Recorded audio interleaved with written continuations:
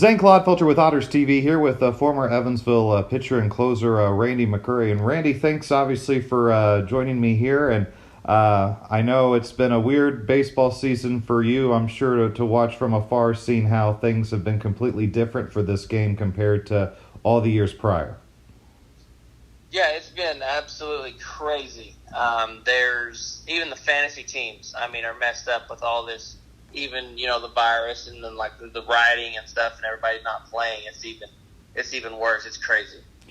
So, Randy, you are a part of some of the big names in the Andy McCauley era of Evansville Otters baseball. You were a closer. You followed Eric Massingham, and you were the guy for a couple of years that Andy relied on closing out those games. So, what was always your mental approach whenever you went in for a save, whether it be at Bosse Field or on the road in the Frontier League?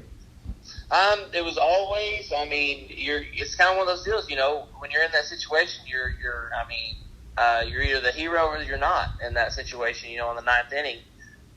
So that was kind of always my mentality. Like, do I really want to be a hero, or do I want to blow this and let everybody down? What do you remember about your time in Evansville?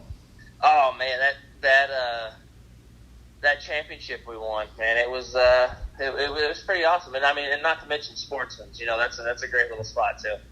Right. So the we'll get back to Sportsman's here in a second, but the championship series against River City, obviously that went the full distance in 5 games. Hunter Ackerman in game number 5 had that tremendous start. He pitched 7 2/3 innings, and then you had to come in and you had to seal the deal, a 1-0 game. Do you remember the nerves or the pressure that you were feeling, knowing that it was that winner-take-all game and the smallest margin possible?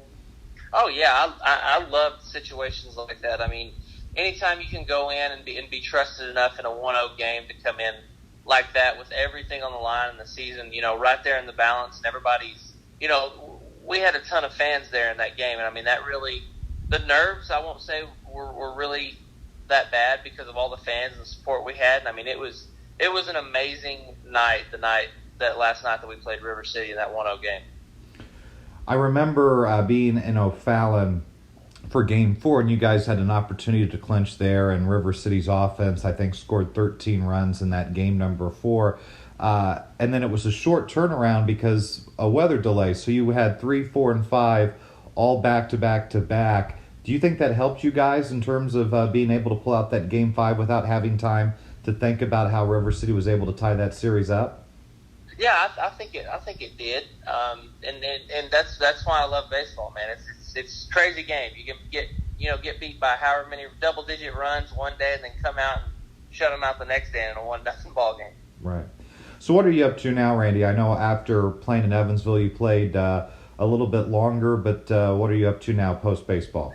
Right now, I've kind of started my own business, running cattle. We got a bunch of cattle, show cattle and stuff. So really, nothing really affiliated with baseball. Playing some slow pitch softball. That's about it. Now back to Sportsman's. What made Sportsman's just such a go-to place for you, and then for others within your team and your teammates? Man, the food, the atmosphere, the pool tables, their staff and everything was really accommodating to all of us. It was just, the food was amazing. After a game, we'd go there and eat. It was fantastic. Who was the best at playing pool amongst your teammates and yourself?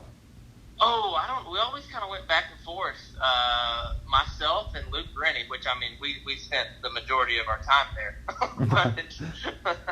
but yeah, it was probably between myself and Luke.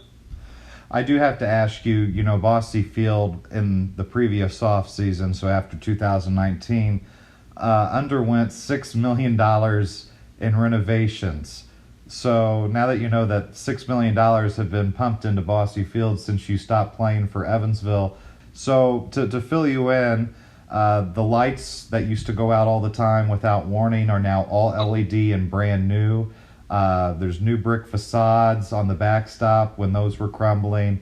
A brand new big LED board, so your tremendous stats on the mound would have been so much bigger now with that new video board. Wow, of course. So, it's just par for the course. It's like when I got recruited to go to Oklahoma State. They promised me a new stadium by the time I graduate. Well, I think they just built one last year. Really? So timing is everything, you're saying? Oh yeah, I'm really good at not reaping the benefits of anything. And I also did want to ask you too. Obviously, when you played for the Evansville Otters, was the worst road trip that you dreaded the one to Traverse City, or was there another one? No, that one was pretty bad. I didn't necessarily like the one going all the way to Washington either. Okay, so or the playing the Wild Things or whatever. That wasn't a fun one either. Right. So now when you look at the Frontier League geographic footprint and you see that now the Frontier League has teams in Canada and then also in New York and New Jersey, can you imagine possibly playing now and having road trips, I mean, even longer than the Traverse City, Washington, or Lake Erie trips?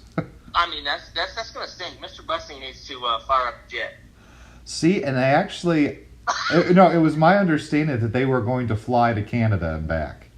Well, see, that wouldn't be too bad because, I mean, those long bus trips, I mean, because that's going to be one of those trips where you have to play and get done with a ball game, or, you may have to play during the day and then just take off and head out. Right.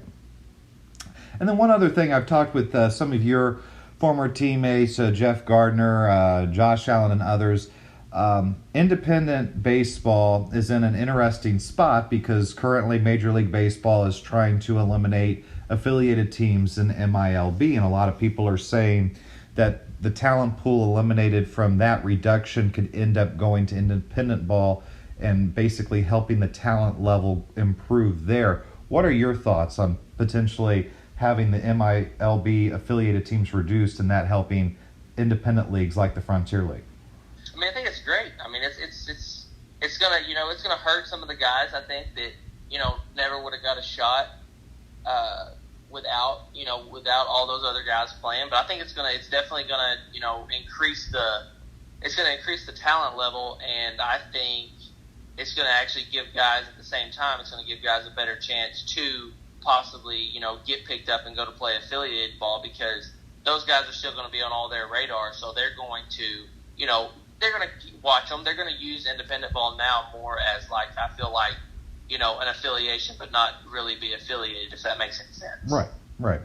And then finally, do you keep in touch with any of your teammates from your Evansville days? Yeah, I talk to Trevor all the time. Max Duval. I haven't talked to Jeff Gardner in a while. Luke, Josh Allen. I still talk to him sometimes.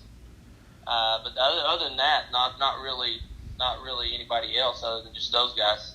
Do you regret talking to Trevor now that he signed you up for this interview? No, it wasn't too bad. When he said it was the Zoom thing and I had to have this giant thing on my face, I was like, I don't know about all that, but I just wanted to obviously thank you for the time, and I know the time you played for Evansville and the mid to late 2010s I know was a special time, and obviously I'm sure the fans are going to be thrilled to hear from you.